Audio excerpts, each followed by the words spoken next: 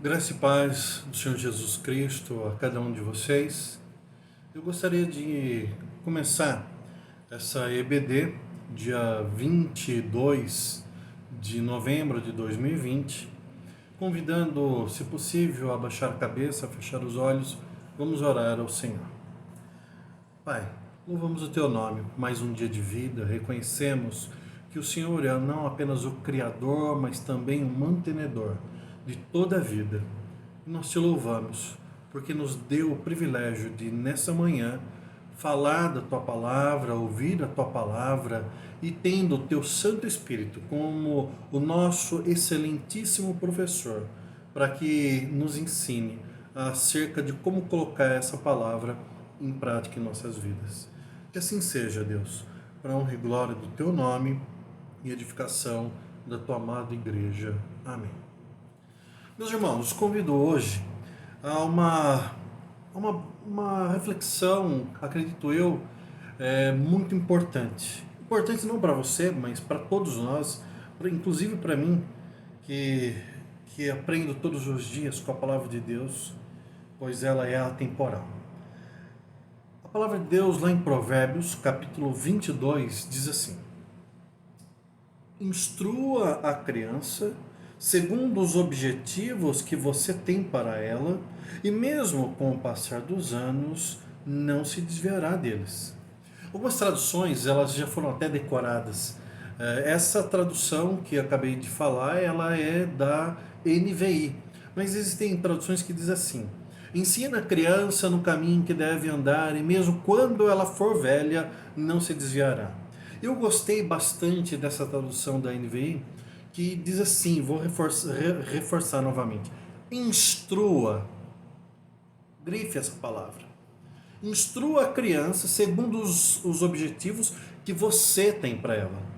Ou seja, você deve instruir a criança com os objetivos que você tem preparado para ela. E mesmo com o passar dos anos, mesmo depois de muitas tribulações, depois de muita gente dando opinião na cabeça dela, mesmo de muitas experiências que o mundo possa oferecer, ela não se desviará do quê? Dos objetivos que você tem proposto para ela quanto criança e a tem instruído neste caminho. O fato é que vivemos numa cidade universitária. Temos a USP, Campus 1 e 2, a UFSCar, temos várias faculdades particulares, Unicep, muitas faculdades aqui nos acompanham também nas cidades vizinhas. E os cursos são muitos, são diversos. Eu mesmo tenho o prazer de estar concluindo filosofia na UFSCar. Alguns de vocês já estudaram nessas faculdades aqui da cidade ou da região, ou estão estudando ou pretendem estudar. O fato é que alguns, depois de 4 ou 5 anos, recebem um diploma que atestam que essa pessoa concluiu aquele curso e tem conhecimentos suficientes para agir profissionalmente naquela área da qual ela estudou. Aquelas pessoas que não têm um diploma universitário, elas também são admiráveis e eu admiro muito. Principalmente aquelas que cozinham e aquelas que são capazes de fazer reparos. Eu não cozinho nada, eu não consigo mal colocar um quadro na parede e sou muito limitado. Mas eu gosto de assistir aqueles programas, Irmãos à Obra, Reforma Rápida, Masterchef, e ali a elaboração de pratos com ingredientes que eu nunca ouvi falar na minha vida. E aquela apresentação pela TV, você fica imaginando um sabor fenomenal. Ou então pega aquela casa toda destruída, os móveis todos lascados, e ali vem o profissional e reforma a casa, e troca o piso, e pinta os móveis, e no final fica uma coisa espetacular. Muitas delas não receberam diploma para isso, mas os seus conhecimentos são tão grandes, que nos causa admiração. Mas elas também simplesmente não pegaram uma panela e colocaram os ingredientes e começaram a mexer e saiu o prato delicioso, ou simplesmente começou a marretar na construção e colocar um prego aqui ou ali, e aí saiu aquela obra fantástica, magnífica. Não. Eles estudaram, às vezes de maneira bastante pragmática ali no dia a dia, na tentativa e erro até chegar ao acerto, e agora são profissionais dessas áreas. Citei apenas duas, mas muitas outras poderiam ser ditas: aquele que dirige bem o automóvel, o caminhão, ou tantas outras situações similares. Por que estou falando isso? Porque, sinceramente, existe faculdade que ensina a criar filhos. Tem lá a graduação, ou um mestrado, um doutorado, um pós-doc em como ensinar, instruir a criança no caminho que deve andar. O fato é que muita gente tem opiniões. Psicologia contemporânea, muitas vezes, gosta de assumir um papel não apenas relevante, mas determinante nessa área. Mas o fato é que uma pesquisa rápida, se fosse feita com sinceridade, 99,9% das pessoas diriam que sentem bastante dificuldade, pois não se sente detentoras de conhecimentos que sejam suficientes para abranger todas as nuances da criação de uma criança. E o fato que a criação e instrução deveríamos sim dar uma ênfase e uma distinção entre essas palavras, porque talvez a criação, de uma maneira bastante simplista, poderia ser associada apenas a colocar a comida sobre a mesa e o calçado e a roupa, enfim, a subsistência do indivíduo enquanto nessa fase infanto-juvenil.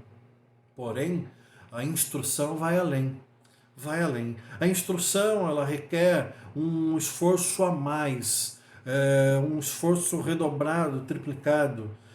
A instrução, ela requer disciplina do instrutor. Ela requer que o instrutor, ele em si, tenha o exemplo máximo a ser transmitido para o seu discípulo, e nesse caso, para a criança, para o filho.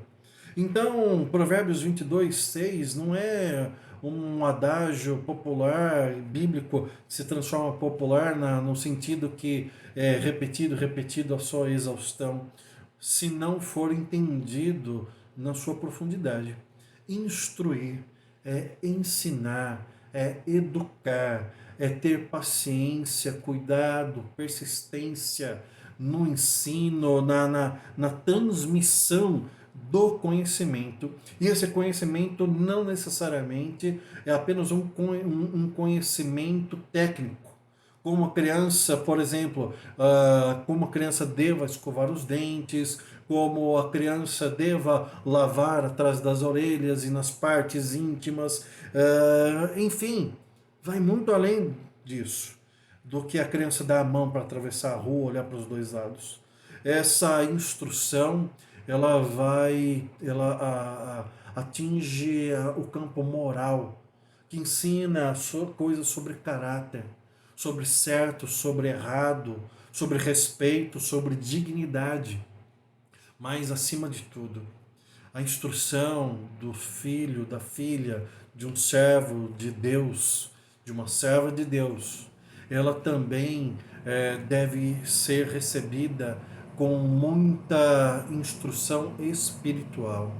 Ensino acerca de Deus, da palavra de Deus, da vontade de Deus, do agir de Deus na vida da criança, com palavras que a criança consiga entender, mas de maneira persistente, contínua, em oração, em estudo bíblico indutivo, em culto doméstico, em exposição da criança no ambiente da igreja reunida, nos cultos, nos estudos, nas classinhas, dependendo da idade de cada criança. Então é um trabalho que é árduo. E não existe uma faculdade com módulo 1, 2, 3 que vai ensinar você todos os macetes, todos os métodos, todas as regras. Nós também sabemos que o conhecimento popular muitas vezes mais confunde do que ajuda. Aí cada um criou o seu jeito, o seu método. Alguns até métodos bárbaros e contrários à palavra de Deus. Então, o que nos cabe? Sentar e chorar? Ou esperar que eles cresçam, saiam de casa e tomem responsabilidade pelas suas vidas? Como se nós nada pudéssemos ter feito? Lógico que não.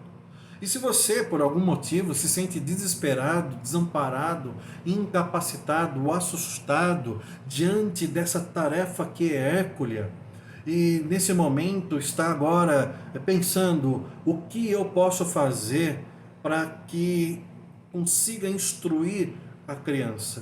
Em primeiro lugar, seja você um exemplo. Saiba que a faculdade ela existe. Ela não está numa federal, numa estadual ou numa particular. Ela está nas Sagradas Escrituras. Tudo que você precisa saber para instruir o seu filho, como você deve instruir o seu filho, você encontrará nas Sagradas Escrituras. Este é apenas o primeiro de muitos textos, e eu gostaria de compartilhar com vocês alguns que falam bastante ao meu coração.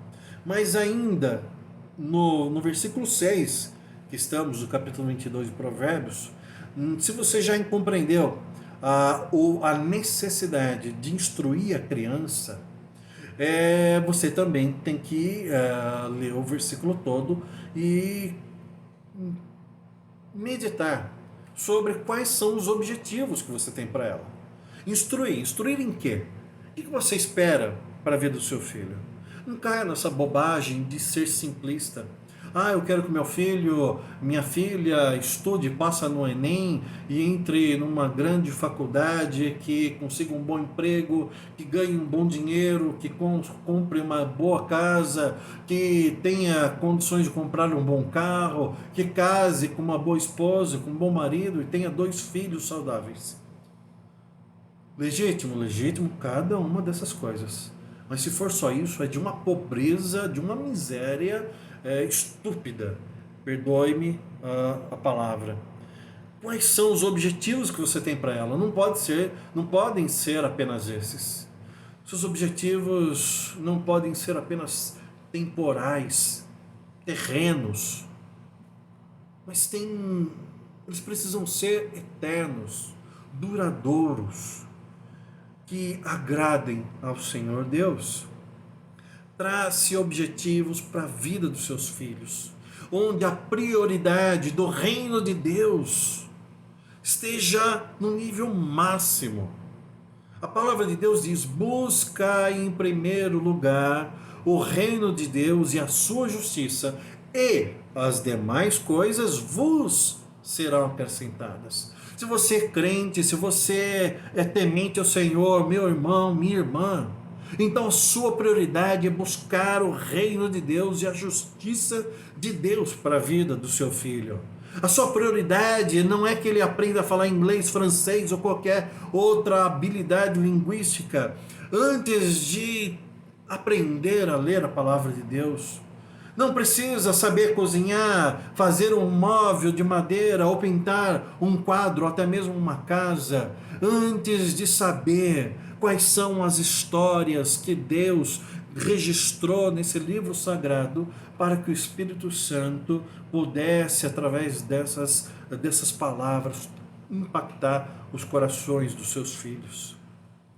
Por isso, reavalie os seus objetivos, porque não adianta nada depois, quando o filho estiver na adolescência, ali na juventude, e rejeitar a igreja, rejeitar a palavra de Deus e ver uma vida realmente antagônica ao que a Bíblia ensina, não adianta ficar perguntando onde foi que eu errei, onde foi que eu errei, ou a culpa das amizades, ou é porque ele foi para a faculdade, ou porque o vizinho influencia de maneira exagerada em pontos negativos, ou culpa do pai que não foi forte o suficiente, ou culpa da mãe que foi sempre complacente. Não faça isso. Por quê? Porque vai ser patético, além de ser muito triste. Se você tem filho pequeno, agora é a sua oportunidade e é privilégio seu. Invista na vida espiritual do seu filho, da sua filha. Todo dia você provavelmente gasta algum tempo na rede social, no Instagram, no Facebook, na TV. Quem é capaz hoje em dia de levantar a mão e dizer: olha, realmente eu não fiz nada, não gastei 5 minutos com nenhuma dessas tecnologias? Não estou falando para você não ter essas tecnologias, mas eu estou tentando te explicar o seguinte: se você gasta sem perceber, às vezes meia hora, 1 hora, 2 horas, nessas ferramentas que acabei de citar para você, com certeza você tem 20 minutos para ler uma história bíblica com seu filho. Você tem 5 minutos para ensinar o seu filho, a sua filha a orar. Você tem 10 minutos para fazer um estudo bíblico pequeno todos os dias com as suas crianças. Não importa se você tem um filho, 2, 3, 4 ou 10. A palavra é a mesma. Então, instrua a criança, mas saiba que você é o responsável de determinar quais são os objetivos para a vida dela. E o texto termina dizendo assim: e mesmo com o passar dos anos, não se desviará deles. Quando nós aprendemos uma coisa, principalmente quando essa coisa toca em nosso coração, nós a relembramos para sempre. Vou dar um exemplo bem simples, tá? Alguns têm o privilégio de saber me responder qual o cheiro da casa da avó. Cheiro de casa de vó é específico, né? É específico. Geralmente é o cheiro de bolo, é o cheiro de biscoito do forno ou pão caseiro. Aqueles que experienciaram seus avós e já são hoje pessoas já também experientes, talvez tiveram a oportunidade de os avós morarem ainda no sítio, quem sabe, e terem aquele fogão a lenha e aquele cheiro do café coado naquele coador de pano, naquele bule de metal. É um cheiro que não pode ser deletado da nossa mente olfativa. Marca o nosso coração, marca a nossa infância. São cheiros específicos. Imagina só você criar um ambiente alegre, saudável, onde você compartilha a palavra de Deus com o seu filho e com sua filha, onde você desenha um personagem ou pinte um personagem, ali vai falando para a criança pequena qual foi a importância daquele homem, daquela mulher nas Sagradas Escrituras, e o que Deus fez na vida deles, e o que Deus também pode fazer nas nossas vidas. E ali a criança pequenininha vai ouvindo 1, 2, 10, 20 vezes, vai crescendo e vai aprendendo, internalizando esses ensinamentos. Com certeza, quando ela tiver 25, 30, 40, 50 anos, vai se lembrar daquele dia gostoso, de um domingo após o almoço, ou naquela noite agradável, que estava chovendo, e o papai a colocou no colo e contou a história de um profeta zangado, ranzinza, que foi engolido por um peixe gigante. Vai se lembrar da mãe, ali na mesa da cozinha, ensinando a criança onde está o Novo Testamento, o Antigo Testamento, explicando para ela como achar um versículo. Vai guardar isso para sempre. São exemplos, principalmente, que vão marcar a vida das nossas crianças. A Bíblia fala muito sobre isso. Nos falta às vezes coragem, porque nós temos muitas vezes a nossa própria opinião e às vezes nós somos covardes, pois a nossa opinião é mais fácil. Então, o que é mais fácil? Dá para a criança um celular e falar: olha, fica aqui vendo o YouTube, porque você também quer ver um vídeo no YouTube, você quer também assistir uma série, você quer também ter paz depois de um dia cansativo. É muito mais fácil colocar a criança de frente de uma TV enquanto você relaxa, você descansa no sofá. É muito fácil de falar: ah, mas eu não sei o que fazer, então eu não faço nada, ou faço o que eu acho que é possível. Eu convido você a guardar esses versículos. Provérbios 19, versículo 18, diz assim: discipline seu filho, pois nisso há esperança. Não queira a morte dele. Discipline o filho porque a esperança, por quê? Porque aquele que não disciplina é como se desejasse que o filho, a filha morresse, pois é exatamente que isso pode acontecer. Aquele pai, aquela mãe que não disciplina o filho, traz consequências terríveis. E aí a palavra disciplina aqui, a gente vai ver agora, que ela se trata não apenas de uma correção física, como o uso da vara, que é recomendado pelas Sagradas Escrituras, mas a própria vara é um símbolo um símbolo da correção que nós devemos fazer em nossos filhos. Provérbios 13, 24 diz assim: quem se nega a castigar o seu filho não o ama. Quem se nega a castigar o seu filho não ama o seu filho. Quem o ama não hesita em discipliná-lo. E aí vem, às vezes, aquela questão: ah, mas eu amo tanto meu filhinho, minha filhinha, e a última coisa que eu quero ver na minha vida é o choro desse filho, dessa filha. Eu não quero que ela sinta dor, que ele sinta dor, ou de qualquer tipo de desconforto. Mas a palavra de Deus diz: não se negue a castigar o seu filho. Não faça isso, pois isso não é demonstração de amor. É demonstração de descuidado, de abandono.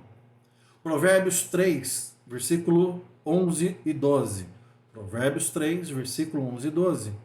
Meu filho, não despreze a disciplina de Deus, nem se magoe com a sua repreensão.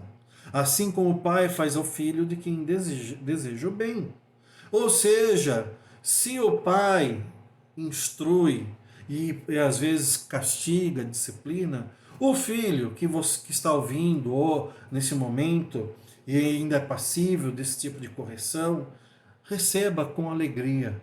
Não porque está tomando uma varada no bombom, ou está de castigo, ou perdeu acesso ao videogame, ou qualquer outro eletrônico, mas porque o seu pai, sua mãe, foi corajoso e corajosa de colocar, estipular limites para você. Em amor, te corrigir, te disciplinar, ao ponto de trazer esse desconforto na sua vida. Então, não despreze a disciplina de Deus, nem se magoe com a sua repreensão. A mesma coisa do seu pai e de sua mãe, que são agentes de Deus na sua vida. Provérbios 22, 15. A insensatez está ligada ao coração da criança, mas a vara da disciplina a livrará dela. A insensatez mora no coração da criança, mas a vara é um instrumento de correção que extirpará a insensatez, expurgará a insensatez do coração da criança. Criança birrenta, criança mal criada, criança desobediente, é criança que anela desesperadamente pede por disciplina, e não só pede, como a necessita. Terminando, Provérbios 23, versículo 13 e 14. Não evite disciplinar a criança. Se você a castigar com a vara, ela não morrerá. Castigue-a você mesmo com a vara, e assim a livrará da sepultura. Olha só, ela não vai morrer, a criança não vai morrer se você der uma varada no bumbum dela. Bumbum, varada, não é paulada, não é pedrada, não é tamancada, não é tapa daquelas mãos gigantescas que machucam, que destroem. Não é na cabeça, não é no rosto, não é nas costas, é no bumbum, é ali na perna. E não é para machucar, para arrancar sangue, Não. É para arder. Não é para ferir. É para corrigir, é para disciplinar, é para trazer a razão à criança que está praticando a insensatez do coração. Então, pense bem antes de fazê-lo, para fazê-lo corretamente. A disciplina com crianças de 14, adolescentes de 15, 16 anos, já não pode ser feita mais através da vara, literalmente dizendo, mas de outras maneiras. O cerceamento do ir e vir, ali a reclusão, ao lar, ou até mesmo tirando o videogame, o celular ou qualquer outra coisa nesse sentido, tendo conversas sérias e dando tarefas e responsabilidades. Então, não evite disciplinar a criança, pois se você a castigar com a vara, ela não vai morrer. E faça você mesmo com a vara, para livrá-la da sepultura, da morte. E o último versículo, Provérbios ainda 29, 15. A vara da correção dá sabedoria, mas a criança entregue a si mesma envergonha a sua mãe. E aqui eu vou falar uma coisa para vocês. A criança entregue a si mesma é um perigo para si e para as pessoas que a cercam. É uma vergonha para a mãe e para o pai, mas acima de tudo é uma vergonha para Deus, pois sendo esse pai e essa mãe cristã e não colocando limites e em amor, instruindo como a criança deva se comportar com os mais velhos, em lugares públicos, na igreja, dentro de casa, com o pai, com a mãe, com o irmão, com a irmã. A vergonha não é só da mãe. A vergonha é do corpo de Cristo. A vergonha é minha. É uma vergonha alheia, de fato, mas é nossa, pois nós somos o povo de Deus, o povo que tem uma palavra que nos instrui, um povo que tem um Deus que nos ama e Ele, por nos amar, muitas vezes nos disciplina, nos corrige e nós reconhecemos que Ele faz isso porque Ele é um Pai amoroso, amoroso. Seja você um pai e uma mãe amoroso, amorosa, seja você um filho obediente, que traga alegria, não apenas ao coração da sua mãe, do seu pai, mas de toda a comunidade. Seja abençoado você que está passando por dificuldade e tem um desafio tremendo, e que nessa manhã, ao ouvir essa palavra, que o Espírito Santo te auxilie naquilo que você não for capaz, que o Espírito Santo te ensine através das Sagradas Escrituras quais os métodos, qual é de fato a maneira que você deve agir para cada situação, que o Espírito Santo renove suas forças se você estiver esgotado, esgotada, que o Espírito Santo ele trabalhe no coração do seu filho, da sua filha, ou do seu pai, da sua mãe, dando sabedoria para eles, para cuidar de você.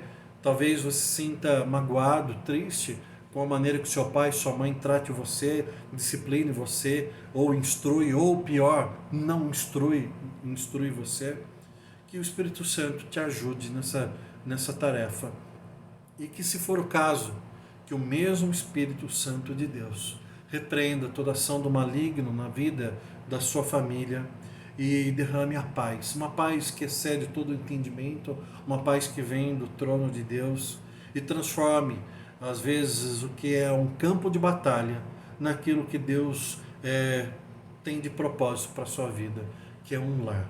Que Deus te abençoe, em nome de Jesus Cristo. Amém.